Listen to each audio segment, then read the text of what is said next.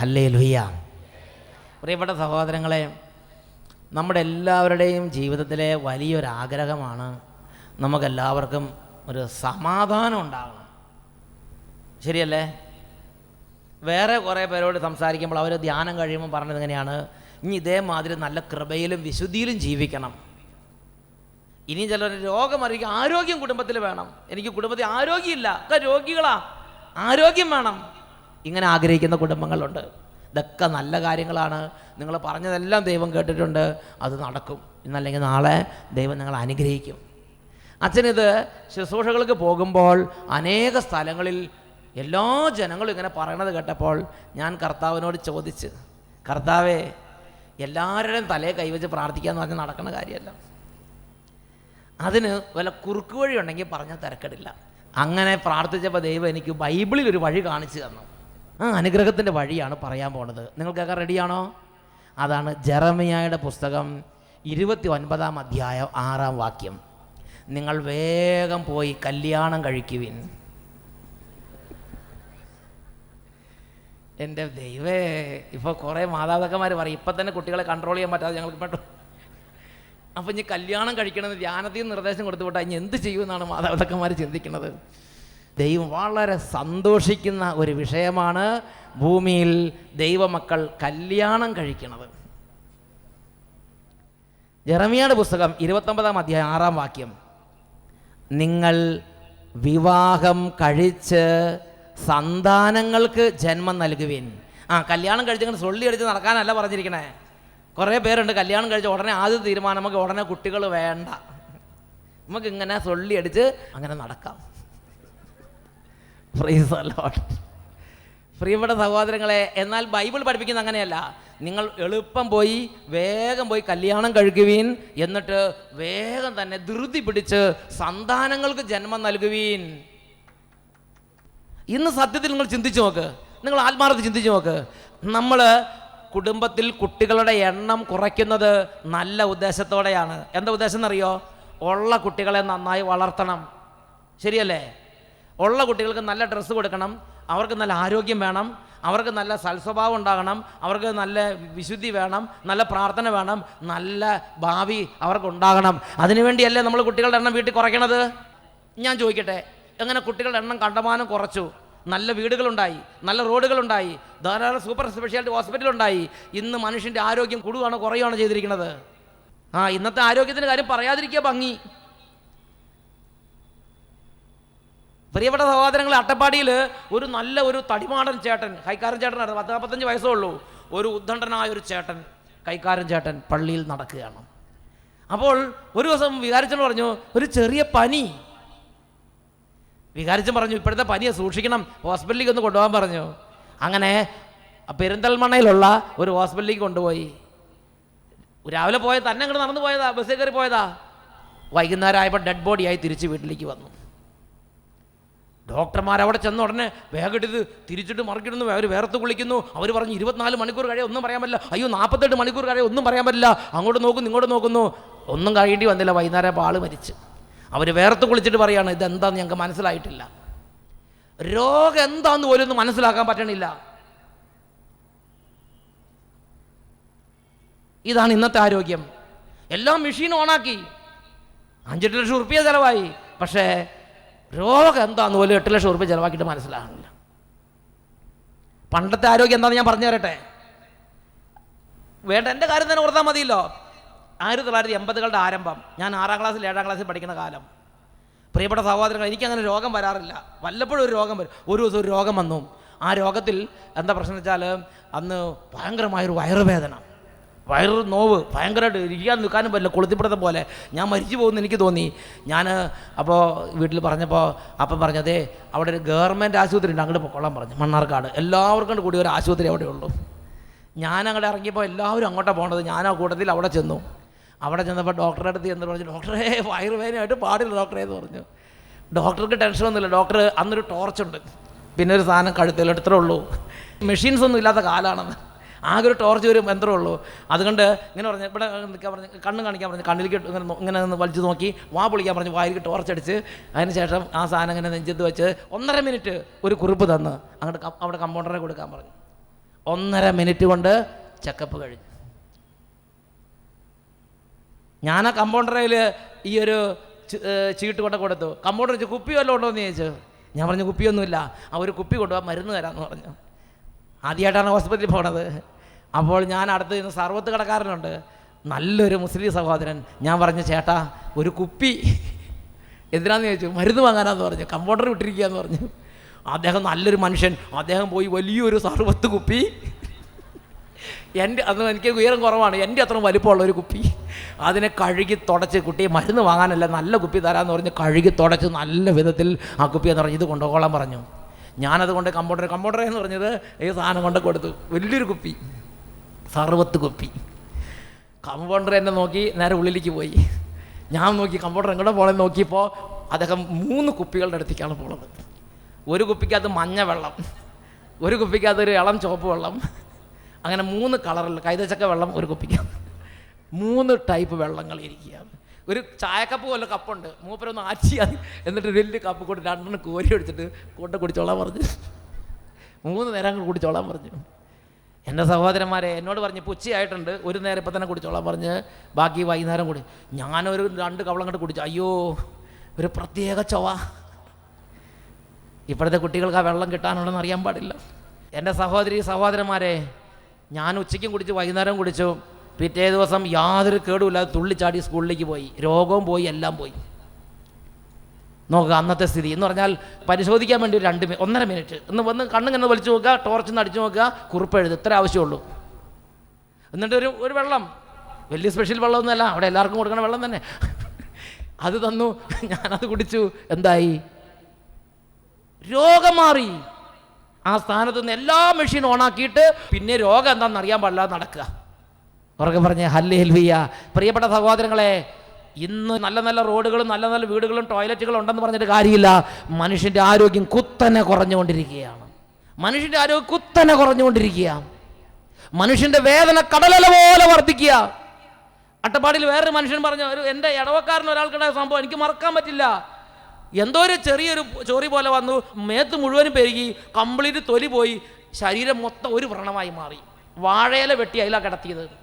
Injection ചെയ്ത് ഏൽക്കില്ല, ഒരു മരുന്നും ചെയ്യാൻ പറ്റില്ല, അങ്ങനെ മരിച്ചു. ഒരാൾക്കൊന്നും ചെയ്യാൻ പറ്റില്ല. ഡോക്ടർമാർ കൈ മലർത്തി. 10-35 വയസ്സുള്ളൊരു മനുഷ്യൻ നിസ്സഹായം, നമ്മളെല്ലാം നോക്കി നിസ്സഹായനായി നമ്മൾ നിന്ന് ആൾ മരിച്ച്. ആർക്കൊന്നും ചെയ്യാൻ പറ്റിയില്ല. മനുഷ്യൻ്റെ വേദന കടലല പോലെ വർദ്ധിച്ചു. നിങ്ങൾ ചിന്തിച്ചു, എൻ്റെ ചെറുപ്പകാലത്ത് അവിടെ ബോംബെയിൽ ഒരാൾക്കൊരു അർബുദം, ലണ്ടനിൽ ഒരാൾക്ക് ക്യാൻസർ, ഇങ്ങനെയൊക്കെ കേട്ടിട്ടുള്ളൂ. ഇപ്പം എന്തായി സ്ഥിതി? പഞ്ചായത്ത് തോറും, ജില്ല തോറും, വാർഡ് തോറും ഇപ്പം എന്തായി? അല്ല, ഞാൻ വേറെ കാര്യം പറയാം. ഇനിയിപ്പോൾ ആർക്കാ ക്യാൻസർ ഇല്ലാത്തതെന്ന് ഇനി ചെക്കപ്പ് ചെയ്താൽ മതി. ഉള്ളത് ആർക്കാന്ന് ഞാൻ അന്വേഷിക്കാൻ പോകണ്ട. ഒരുവിധം എല്ലാവർക്കും തന്നെ സാധനമുണ്ട്. ഇപ്പോൾ മനുഷ്യൻ്റെ ആരോഗ്യം കൂടുകയാണ് കുറയാണ് ചെയ്തത്. നിങ്ങൾ ബോൺവിറ്റ കൊടുത്തു, താറാവ് മുട്ട കൊടുത്തു, പിന്നെന്താ ആ കെൻഡക്കി ചിക്കൻ തന്നെ അങ്ങോട്ട് കൊടുത്തു. ഇപ്പം എന്തായി? വേദന കടലല പോലെ അങ്ങോട്ട് പെരുകി, മരുന്ന് പോലും ഫലിക്കാതെയായി. Praise the Lord. ഉറക്കെ പറഞ്ഞ ഹല്ലേലൂയ. ഇനി ആത്മീയത പണ്ടാണ് ഇന്നാണ് കൂടുതൽ. ഈ ഉള്ള കുട്ടികളെ നല്ല വിധത്തിൽ പ്രാർത്ഥനയും വിശുദ്ധിയും ആരോഗ്യമൊക്കെ കൊടുത്ത് വളർത്താൻ വേണ്ടിയല്ലേ എണ്ണം കുറച്ചത്. എണ്ണം കുറച്ച് ഇന്ന് മനുഷ്യൻ്റെ പ്രാർത്ഥനാ ജീവിതം, ദൈവഭക്തി, ആത്മീയത കൂടുകയാണ് കുറയുകയാണ് ചെയ്തത്. ഞാനൊരു സംഭവം നിങ്ങളോട് പറയാം. പ്രിയപ്പെട്ട സഹോദരങ്ങൾ, ഞാൻ 8ാം ക്ലാസ്സിൽ പഠിക്കുകയാണ്. ക്ലാസ്സിൽ ഏറ്റവും ബെസ്റ്റായിട്ട് പഠിക്കുന്ന ഒരു കുട്ടിയാണ് ഞാൻ. അതുകൊണ്ട് എപ്പോഴും 1ാമത്തെ ബെഞ്ചിൽ 1ാമത്തെ സീറ്റ് എനിക്ക്, ക്ലാസ് ലീഡറും കൂടിയാണ്.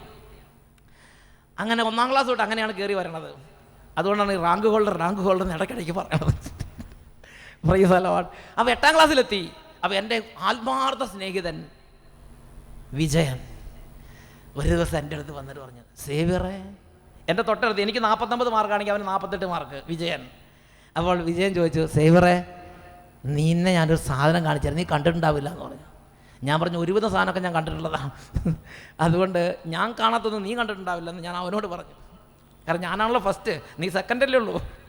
അപ്പോൾ അവനൊരു പുസ്തകം കാണിച്ചിട്ട് പറഞ്ഞു, ഇത് നോക്കാവോ എന്ന് ചോദിച്ചു.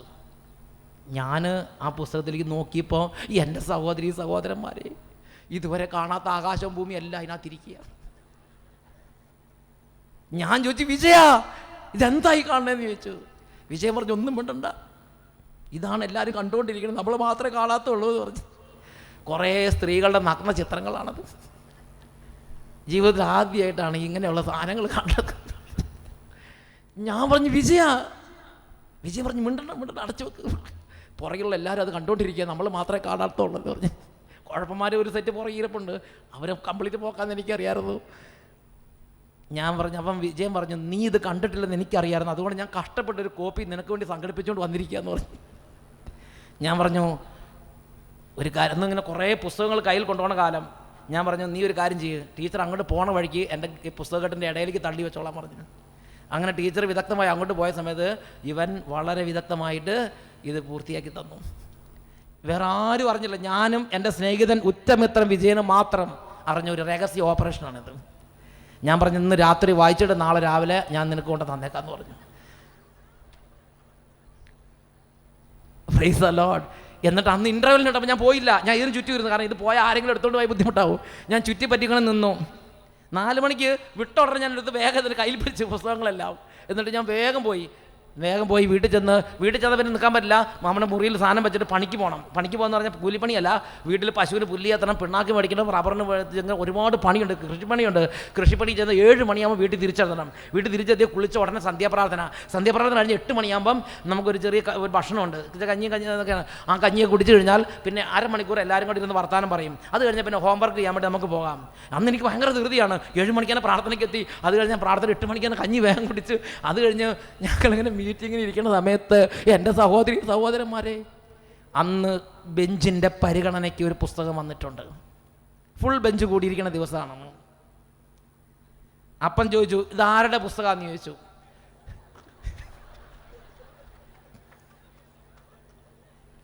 വിജിലൻസ് പിടികൂടി. ആരും മിണ്ടണില്ല. ഞാൻ നോക്കിയപ്പോൾ എൻ്റെ വിജയൻ തന്ന പുസ്തകം അപ്പൻ്റെ കയ്യിൽ. ഞാൻ മിണ്ടാതിരുന്നു. വീണ്ടും ചോദിച്ചു ആരുടെ പുസ്തകമാണെന്ന് ചോദിച്ചു. ഉടനെ ഞാൻ പറഞ്ഞു ഞാനത് വായിച്ചിട്ടില്ലെന്ന് പറഞ്ഞു. പിന്നെ അപ്പനൊന്നും പറഞ്ഞൊന്നുമില്ല, വഴക്കൊന്നും പറഞ്ഞില്ല.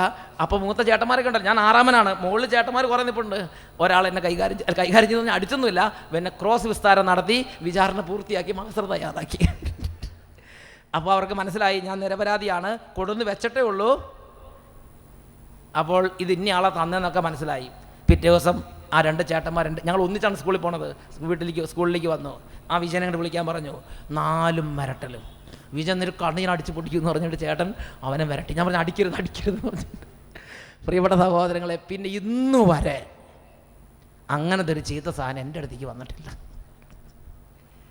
അത് കഴിഞ്ഞ് എത്രയോ കോളേജ്, എത്രയോ സാഹചര്യങ്ങൾ, എത്രയോ രാജ്യങ്ങൾ, എത്രയോ സാഹചര്യങ്ങൾ, ഒരു ബ്ലൂ ഫിലിമിൻ്റെ കാസറ്റോ അല്ലെങ്കിൽ ഒരു അശ്ലീലത്തിൻ്റെ ഒരു സംഗതിയോ നമ്മുടെ അടുത്ത് വന്ന് നമ്മുടെ റിസർവ് ചെയ്യാൻ കൂട്ടാക്കിയിട്ടില്ല. അപ്പോൾ അന്ന് ആ ചേട്ടന്മാർ ശാസിച്ചപ്പോൾ ഒരു തിന്മയുടെ കൂട്ടം തന്നെ എന്നിൽ നിന്ന് അകന്നു പോയി. നമ്മുടെ കൂടപ്പിറപ്പുകൾ ആത്മീയ സംരക്ഷണമാണ്. ആ സംരക്ഷണ വേലിയാണ് വെട്ടി പള്ളേ കളഞ്ഞത്. എന്നിട്ട് കുട്ടികൾ തോന്നിയാസമായി, കുട്ടികൾ വഴിപഴച്ചു പോയി, കുട്ടികളെ നിയന്ത്രിക്കാൻ പറ്റില്ല എന്ന് പറഞ്ഞ് നടന്നിട്ട് കാര്യമില്ല. 3-4 സഹോദരങ്ങൾ ഒന്നിച്ച് സ്കൂളിൽ പോകുമ്പം ഒരാൾക്ക് ഒറ്റയ്ക്ക് തോന്നിയാസം ചെയ്യാൻ പറ്റുമോ? ഒരാൾക്ക് ഒറ്റയ്ക്ക് ബസ്സിന് കല്ലെറിയാൻ പറ്റുമോ? പ്രിയപ്പെട്ട സഹോദരങ്ങളെ, ആരും അറിഞ്ഞില്ലെന്നൊരു രഹസ്യമായി ഞാൻ ചിന്തിക്കുകയാണ്, അത് എങ്ങനെയുണ്ട് ചേട്ടന്മാർ കണ്ടുപിടിച്ച്. ഒരു 5-8 മക്കളുണ്ടെങ്കിൽ അതിനകത്ത് CBI ഉണ്ട്, വിജിലൻസ് ഉണ്ട്, സ്പെഷ്യൽ സ്ക്വാഡ് ഉണ്ട്, എല്ലാം ഉണ്ട്. ഞാൻ ഇന്നും അതിശയിക്കുകയാണ് ഇത് എങ്ങനെ അവരത് പണത്തറിഞ്ഞു. അതായത് 4 മണി വരെ എൻ്റെ കയ്യിലാണെന്ന് പുസ്തകം, അവരൊക്കെ വേറെ ക്ലാസ്സിൽ പഠിക്കുന്നത്. അത് 4 മണിക്ക് വെച്ച് എല്ലാവരും മണിക്കും, ആരും വീട്ടിൽ നിൽക്കില്ല. 7 മണിക്ക് വന്ന് പ്രാർത്ഥന, 8 മണിക്ക് ഇതാ വിജിലൻസ് സാധനം പ്രൊഡ്യൂസ് ചെയ്തു. ഇതാണ് കുട്ടികളുണ്ടെങ്കിലുള്ള ഗുണം. ഈ അപ്പനും അമ്മയെന്ന് പറഞ്ഞാൽ എന്താ, നിങ്ങൾക്ക് എന്തറിയാൻ പറ്റും നമ്മുടെ മക്കൾ ചെയ്യുന്ന കാര്യത്തെക്കുറിച്ച്? ഈ അപ്പൻ്റെ അമ്മയുടെ സ്ഥിതി ഞാൻ പറഞ്ഞുതരാം. ഒരു ജനറൽ കോർഡിനേറ്റർ അത്രേ ഉള്ളൂ.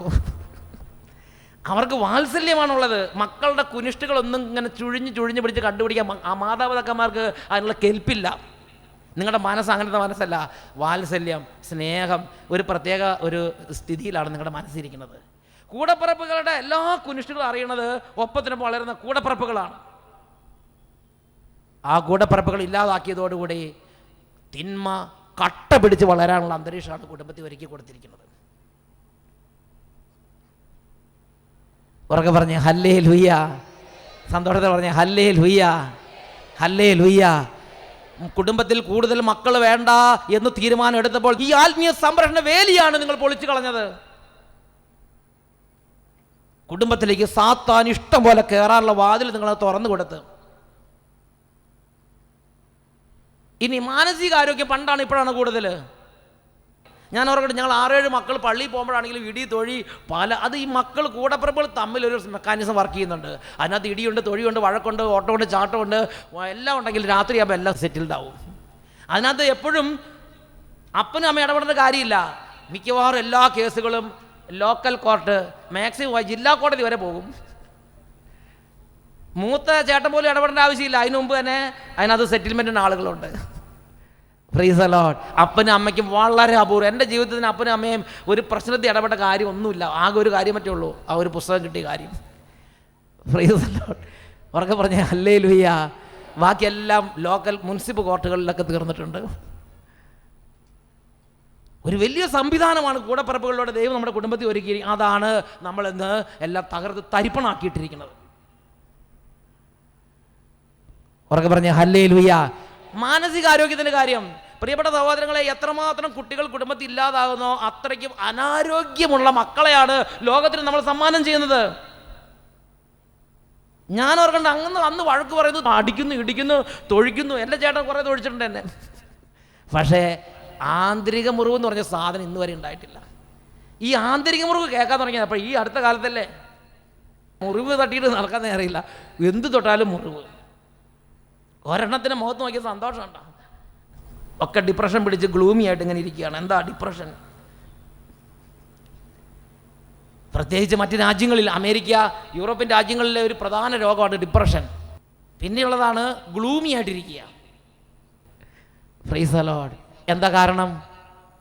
കൂടുതൽ ആരോഗ്യവും കൂടുതൽ ബുദ്ധിയും കൂടുതൽ കഴിവും കൂടുതൽ വളർച്ച ഉണ്ടാകാൻ കുട്ടികളുടെ എണ്ണം എല്ലാം കുറച്ചിട്ട് ഒരെണ്ണം അല്ലെങ്കിൽ 2 എണ്ണമായി. ആ 2 എണ്ണത്തെ എങ്ങടാക്കി? ഒരു നല്ല മുറി പണിത്, വലിയ വീട് പണിത്, നല്ല മുറി ഉണ്ടാക്കി, വലിയ ഒരു തിയേറ്റർ പോലെയുള്ള ഒരു വലിയ സ്ക്രീൻ, അതിനകത്ത് കമ്പ്യൂട്ടറോ ടി വിയൊക്കെ പ്ലേ ചെയ്യാം, പിന്നെ വലിയ സൗണ്ടും, അങ്ങനെ എല്ലാ സംവിധാനവും ഒരുക്കി കൊടുത്തു. എന്തായി? കുട്ടി ഫുൾ ടൈം ഇപ്പോൾ എവിടെയാ? ഈ കമ്പ്യൂട്ടറിൻ്റെ മുമ്പിൽ അല്ലെങ്കിൽ ടി വിയുടെ മുമ്പിൽ. ഒരു നല്ല ശതമാനം ആളുകൾ പറയണത് എൻ്റെ കുട്ടി സംസാരിക്കുന്നില്ല. സംസാരിക്കാത്ത കുട്ടികൾ, ഓട്ടിസം ബാധിച്ച കുട്ടികൾ. പണ്ട് യൂറോപ്യൻ രാജ്യങ്ങളിൽ മാത്രമേ ഉണ്ടായിരുന്നുള്ളൂ. ഇപ്പോൾ കേരളത്തിൽ ഓട്ടിസം പെരുകി വരികയാണ്. എന്താ കാരണം? ഈ ആകെ 1-2 ഉള്ളൂ. ഇവർക്ക് തമ്മിൽ സംസാരിക്കാനോ ഇടി കൂടാനോ ഗുസ്തി കൂടാനോ ഒന്നും നേരെയില്ല, സമയമില്ല, സാഹചര്യമില്ല. ഇതുങ്ങളെ ഒരു കമ്പ്യൂട്ടർ മുമ്പിലോ ഒരു ടി വിയുടെ മുമ്പിൽ ഇരുത്തിയിട്ട് അടുക്കളയിൽ പണിയും, അങ്ങോട്ടും പണിയും ഇങ്ങോട്ടും പണിയും. ഇതുങ്ങൾ എപ്പോഴും ഇതിന് കണ്ടെന്തായി? സംസാരമില്ലാതെയായി. സംസാരമില്ലാത്ത കുട്ടികൾ, സംസാരശേഷി പോലും നഷ്ടപ്പെട്ട് ഇന്ന് ഉച്ചാരണം ഇല്ലാത്ത കുട്ടികളുണ്ടായി. ഓട്ടിസം. ഈ അടുത്ത കാലത്ത് പല ഡോക്ടർമാരും പറഞ്ഞത് ഈ ചെറുപ്രായത്തിൽ കുട്ടികളെ ടി വിയുടെ മുമ്പിൽ കണ്ടമാനം ഇരുത്തുന്നത് ഓട്ടിസത്തിന് കാരണമാകും. നമുക്ക് പണി എളുപ്പമാക്കാൻ, നമുക്ക് കുട്ടികളുടെ ശല്യം ഒഴിവാക്കാൻ നമുക്ക് എടുക്കാവുന്നൊരു മാർഗ്ഗമല്ല കുട്ടികൾക്ക് ടി വി ഓണാക്കി കൊടുത്തിട്ട് നമ്മുടെ വഴിക്ക് പോവുക. കുട്ടികളുടെ അതേ പ്രായത്തിലുള്ള ചേട്ടാനുജന്മാരോട് പെങ്ങളമാർ ഒരുമിച്ച് കളിച്ച് വളരട്ടെ. അപ്പോൾ അവിടെ ജീവനുണ്ട്, സംസാരമുണ്ട്, ഒരുപാട് വ്യത്യാസമുണ്ട് സഹോദരങ്ങളെ. പ്രിയപ്പെട്ട സഹോദരങ്ങളെ, കുടുംബത്തിൻ്റെ സമ്പത്തിൻ്റെ കാര്യമാണെങ്കിലും ആരോഗ്യത്തിൻ്റെ കാര്യമാണെങ്കിലും ദൈവഭക്തിയുടെ കാര്യമാണെങ്കിലും ആത്മീയതയുടെ കാര്യമാണെങ്കിലും മാതാപിതാക്കന്മാരല്ല പ്രധാന കോൺട്രിബ്യൂഷൻ കൊടുക്കുന്നത്. കൂടപ്പിറപ്പുകളാണ് തമ്മിൽ വളർത്തുന്നത്. കൂടപ്പിറപ്പുകളാണ് തമ്മിൽ ബലപ്പെടുത്തുന്നത്. കൂടപ്പിറപ്പുകളാണ് തമ്മിൽ സംരക്ഷണമായി നിൽക്കുന്നത്. അപ്പം നമുക്ക് എന്ത് സംരക്ഷണം കൊടുക്കാൻ പറ്റും? ഇവർ തമ്മിലാണ് സംരക്ഷണം. എൻ്റെ കൂട്ടത്തിൽ പറയുന്ന പനയത്തിൽ ബേബിച്ചേട്ടനുണ്ട്. ആ പനയത്തിൽ ബേബിച്ചേട്ടൻ പറയും, അവർ കുറേ കൂടപ്പിറപ്പുകളുണ്ട്. ഒരാൾക്ക് ഒരു 90 ലക്ഷം ഉറുപ്പിക പെട്ടെന്ന് വേണ്ടി വന്നു. ഉടനെ സഹോദരങ്ങൾ തമ്മിൽ വിളിച്ചു പറഞ്ഞു, 90 ലക്ഷം അല്ല, ഒരാഴ്ച കൊണ്ട് 1 കോടിയിലധികം ഉറുപ്പിക സഹോദരങ്ങൾ തമ്മിൽ കോൺട്രിബ്യൂഷൻ കൊടുത്തു. അപ്പോൾ ബേബിച്ചേട്ടൻ പറയാണ്, അച്ഛാ, ഞങ്ങളുടെ അപ്പനും അമ്മയും ഞങ്ങൾ 8-10 സഹോദരങ്ങൾ ഉണ്ടായതുകൊണ്ട് ഒരു ആവശ്യം ഒരാൾക്ക് വന്നപ്പോൾ ബാക്കി എല്ലാവരും ചേർന്ന് അത് പലിശക്കാരുടെ കൈപ്പെടാതെ 1 കോടി ഉറുപ്പിക സംഘടിപ്പിക്കാൻ പറ്റി. ഇപ്പം ബേബിച്ചേട്ടൻ പറയുക, എൻ്റെ മക്കളുടെ കാര്യം എന്തായിരിക്കും? 2 പേരേ ഉള്ളൂ. എൻ്റെ മക്കളുടെ കാലത്ത് എൻ്റെ മകനൊരു ആവശ്യം ആരാ ഉള്ള അച്ഛാന്ന് പറഞ്ഞ് ഇപ്പം വിഷമിക്കുക. ഉറക്കെ പറയാ ഹല്ലേലൂയ. സന്തോഷത്തോടെ ഉറക്കെ പറഞ്ഞ ഹല്ലേലൂയ. യേശുവേ നന്ദി, യേശുവേ സ്തുതി. പ്രിയപ്പെട്ട സഹോദരങ്ങളെ, ദൈവം ഭൂമിയിൽ തന്നെ പ്രിയപ്പെട്ട മക്കളെ സൃഷ്ടിച്ചു. ആദത്തെ ഹവ്വയെ സൃഷ്ടിച്ചു. എന്നിട്ട് ദൈവത്തിനൊരു ആഗ്രഹം ഉണ്ടായിരുന്നു. എന്താ ആഗ്രഹം എന്നറിയോ? ഈ ഭൂമിയിൽ ഇവർക്കൊന്നിനും കുറവ് വരരുത്, ഇവർക്ക് എല്ലാ സൗഭാഗ്യങ്ങളും ഉണ്ടാകണമെന്ന് ദൈവത്തിന് ഒരേ നിർബന്ധം. അതുകൊണ്ട് ദൈവം സകല അനുഗ്രഹങ്ങൾ ഇവർക്കുണ്ടാകാൻ വേണ്ടി ഒരു അനുഗ്രഹങ്ങൾ കൊടുത്തു. എന്താ അനുഗ്രഹം എന്നറിയോ? അതാണ് ഉൽപ്പത്തിയുടെ പുസ്തകം 1:28 അവിടെ നമ്മൾ വായിക്കുന്നത് ഇങ്ങനെയാണ്: നിങ്ങൾ സന്താന പുഷ്ടിയുള്ളവരായി പെരുകി നിറഞ്ഞ് ലോകത്തെ കീഴടക്കുവീൻ. സന്താന പുഷ്ടിയുള്ളവരായി പെരുകി നിറഞ്ഞ് ലോകത്തെ കീഴടക്കുവീൻ. എല്ലാ അനുഗ്രഹങ്ങളും, വിദ്യാഭ്യാസം, ബുദ്ധി, ദൈവഭക്തി, പ്രാർത്ഥന, സമ്പത്ത്, സമാധാനം, വിശുദ്ധി, ദൈവകൃപ, എല്ലാ അനുഗ്രഹവും, ദൈവം പറഞ്ഞിട്ടുള്ള മുഴുവൻ അനുഗ്രഹം ഉണ്ടാകുന്ന അടിസ്ഥാന അനുഗ്രഹമാണ്. എല്ലാ അനുഗ്രഹങ്ങളുടെയും തലതൊട്ടമയാണ് സന്താനപുഷ്ടി. ദൈവം മനുഷ്യവംശത്തെ സൃഷ്ടിച്ചിട്ട് മനുഷ്യവംശത്തിനും ലോകത്തിനും കൊടുത്ത അനുഗ്രഹങ്ങളിൽ the first blessing ever set സന്താനപുഷ്ടി. പ്രിയപ്പെട്ട സഹോദരങ്ങളെ, ഞാൻ ചോദിക്കട്ടെ, ആദം ഏത് ജാതിപ്പെട്ടതായിരുന്നു? ക്രിസ്ത്യാനി ആയിരുന്നോ? യഹൂദനായിരുന്നോ? എല്ലാ മനുഷ്യരുടെയും പ്രതീകമായിരുന്നു. മനുഷ്യ സമൂഹത്തിൻ്റെ പ്രതീകമാണ് ആദം. വേറൊരു വാക്കി പറഞ്ഞാൽ, ഈ കൽപ്പന ക്രിസ്ത്യാനികൾക്ക് വേണ്ടി മാത്രമുള്ളതാണോ?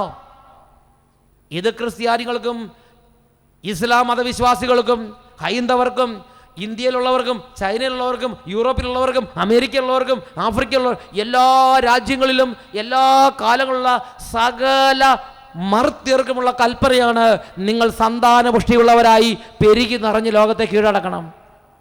നമ്മുടെ മുസ്ലിം സഹോദരങ്ങൾ ഈ കാര്യത്തിൽ ദൈവഭയത്തോടെ ധാരാളം മക്കളെ സ്വീകരിക്കുന്നതിൽ സന്തോഷത്തോടെ അവർ സ്വീകരിക്കുന്നത് എൻ്റെ ശ്രദ്ധയിൽപ്പെട്ടിട്ടുണ്ട്.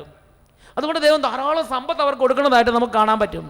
പ്രിയപ്പെട്ട സഹോദരങ്ങളെ, നമ്മളിത് പറയുമ്പോൾ ഒരുപാട് പേര് പ്രസവം നിർത്തിയവരാണ്. അവർക്ക് ഇനി എന്ത് ചെയ്യാൻ പറ്റുന്ന ഡോക്ടറോട് കൺസൾട്ട് ചെയ്യണം. പ്രസവം നിർത്താത്തവരും കല്യാണം കഴിക്കാൻ ആലോചിച്ചുകൊണ്ടിരിക്കുന്നവരുണ്ട്. അവർ ദൈവസന്നിധിയിൽ ആലോചിക്കണം. എൻ്റെ ദൈവമേ, ദൈവവചന പ്രകാരം ഒരു കുടുംബത്തെ കെട്ടിപ്പടുക്കാൻ എന്നെ സഹായിക്കണം. ദൈവത്തിന് മുമ്പിൽ പ്രാർത്ഥിക്കണം. നിങ്ങൾ പഠിച്ച പഠിപ്പ് കൊണ്ടോ നിങ്ങൾ സമ്പാദിച്ച സമ്പാദ്യം കൊണ്ടായിരിക്കില്ല നിങ്ങളുടെ കുടുംബത്തിൻ്റെ ഭാവി ഇരിക്കുന്നത്. നിങ്ങളുടെ കുടുംബത്തിൻ്റെ ഭാവി, നിങ്ങളുടെ കുടുംബത്തിൻ്റെ പ്രാർത്ഥന, നിങ്ങളുടെ കുടുംബത്തിൻ്റെ വിശുദ്ധി, നിങ്ങളുടെ കുടുംബത്തിൻ്റെ മക്കളുടെ മാനസിക ആരോഗ്യം, നിങ്ങളുടെ മക്കളുടെ ജോലി, ഇതൊക്കെ ഇരിക്കുന്നത് നിങ്ങളുടെ കുടുംബത്തിൽ എത്ര കുഞ്ഞുങ്ങളുണ്ട്, എത്ര മക്കളുണ്ട് എന്നതിനെ അടിസ്ഥാനപ്പെടുത്തിയാണ്. ഉറക്കെ പറഞ്ഞേ ഹല്ലേലൂയ, പ്രൈസ് ദി ലോർഡ്.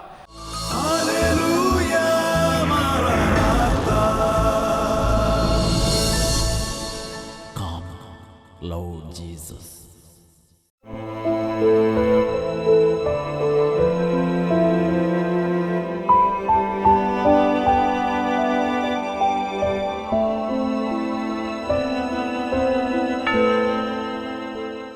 ശാസിക്കാൻ മടിക്കരുത്. ഈ കാലഘട്ടത്തിൽ കർത്താവ് ഓരോ കുടുംബങ്ങൾക്കും നൽകുന്ന ദൗത്യമാണത്. സുഭാഷിതങ്ങൾ 20:30 മുറിപ്പെടുത്തുന്ന താടനങ്ങൾ ദുശീലങ്ങളെ നിർമാർജനം ചെയ്യുന്നു. കനത്ത അടി മനസ്സിൻ്റെ ഉള്ളറകളെ ശുചിയാക്കുന്നു. വലിയ ഒരു ധ്യാനം കൊടുക്കുന്നതിനേക്കാൾ നമ്മുടെ ഉള്ളിൽ നിന്ന് അന്ധകാരങ്ങളും തിന്മകളും ദുഷ്ടാരൂപി പീഡകളെല്ലാം വിട്ടുപോകാൻ ഒരു ശാസനം കാരണമായി തീരും. ഈ സമയം 2 കരങ്ങൾ ഈശോയിലേക്ക് ഉയർത്തിപ്പിടിക്കാം. പ്രിയപ്പെട്ട സഹോദരങ്ങളെ, നിങ്ങൾ ഏത് അവസ്ഥയിലാണ് ആ അവസ്ഥയിൽ യേശുവിനെ വിളിക്കണം. രോഗികൾ രോഗാവസ്ഥ യേശുവിനെ വിളിക്കട്ടെ, കുട്ടികൾ യേശുവിനെ വിളിക്കട്ടെ. ജീവിതത്തിൽ നമ്മുടെ ആത്മാവ് സ്വർഗത്തിലെത്താൻ വേണ്ട വഴികൾ ഈ സമയം ഈശോ പരിശുദ്ധാത്മാനയച്ച് ജ്ഞാനമായി കൃപയായി നമ്മുടെ അന്തരംഗത്തിലേക്ക് നിറയ്ക്കും. ഇരുകരങ്ങൾ ഉയർത്തി സ്തുതിക്കുന്നു. Hallelujah, hallelujah. യേശുവേ, യേശുവേ, യേശുവേ. കുടുംബങ്ങളിലേക്ക് കൃപയായി നിറയണമേ, അഭിഷേകമായി നിറയണമേ, ജ്ഞാനമായി നിറയണമേ.